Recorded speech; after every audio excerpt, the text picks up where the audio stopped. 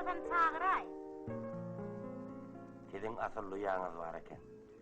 Oho, Türkmençilikde uyanı oturmak gelişikti bolin. Uyam kimin manglayına yadılam olsa bağıtlı adam mol-mol.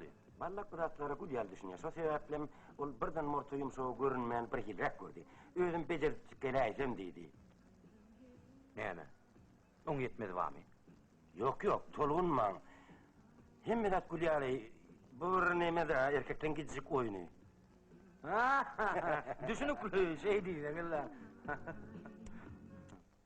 Men yegenim o diyen juwan yigide hada. Katı oy.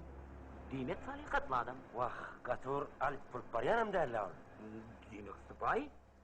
Görüp görmüğünüdür, iyilinkiden artık maç hiç yeri yok. Ey erkek kişi diyenin eşekten çala kola uytkası borho. Vah, o diyen geplemsem derler. Enesi tüz. Bire verek zat. Lal olunmasa, bal olur de gepim tümmök yeri. Gayı senki. Ha? Menki? Yo, siz bana düşünmediniz, sizin yeğeninizin ki. Yeğeninizin ki. Onu ne mi? Toy sayın tutuvermeliler. Yeğen sizinki olsa onu görmüyor kökman der. Toya tayını görelim.